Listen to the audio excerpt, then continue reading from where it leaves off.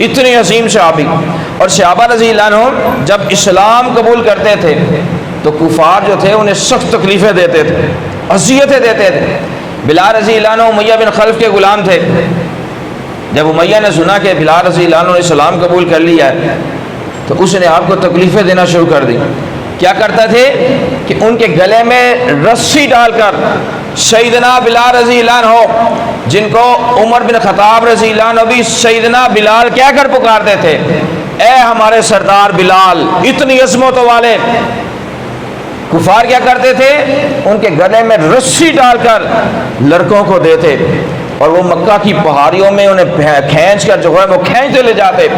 مکہ کی پہاڑیوں میں انہیں کھینچتے تھے. آج کسی کے گلے میں رسی ڈال کر کھینچا جائے اسے تو بتاؤ اسے کتنی تکلیف ہوتی ہوگی، کتنی وہ اذیت میں ہوگا. اور بلال رضی اللہ عنہ کس لیے تکلیفیں برداشت کر رہے ہیں؟ اسلام کے لیے. کس لیے یہ تکلیفیں برداشت کر رہے ہیں؟ مصطفیٰ علیہ الصلوۃ والسلام کے لیے.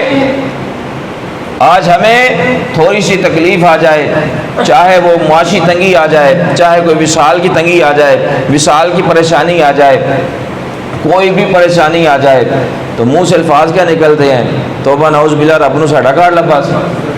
اور جنہوں نے اپنی زندگیاں اللہ کی راہ میں قربان کر دی انہوں نے تو کبھی شکوہ نہیں کیا.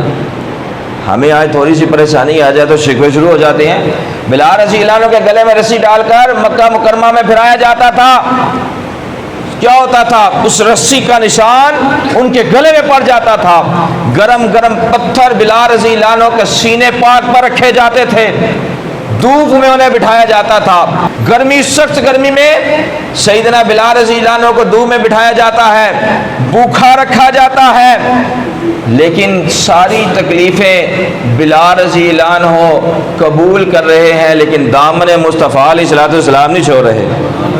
اور یہ امت کو سبق دیا کہ جب بندہ دین کے راستے پر چلتا ہے تکلیفیں آتی ہیں، پریشانیاں آتی ہیں، فتنے آتے ہیں، لوگ ٹانگیں کھینچنے کی کوشش کرتے ہیں، لوگ فتنے پھیلاتے ہیں. لیکن بلال رضی اللہ عنہ نے یہ بتا دیا کہ جب دین کے راستے پر چلو اور تکلیفیں آ جائیں تو تکلیفوں کی وجہ سے دین کے راستے کو نہیں چھوڑنا، تکلیفوں کی وجہ سے مسجد میں آنا نہیں چھوڑنا، لوگوں کے فتنوں کی وجہ سے نمازیں پڑھنا نہیں چھوڑنی، لوگوں کی باتوں کی وجہ سے دین سے پیچھے نہیں ہٹنا. کیوں؟ جو دین سے پیچھے ہٹ جاتا ہے وہ دونوں جہانوں میں ناکام ہو جاتا ہے. اور جو پریشانیوں، تکلیفوں، مصیبتوں، اذیتوں کے بعد بھی دین پر استقامت رہتے ہیں، اللہ تبارک و تعالی ان سے محبت بھی فرماتا ہے، دونوں جہانوں میں کامیابیاں بھی عطا فرماتا ہے.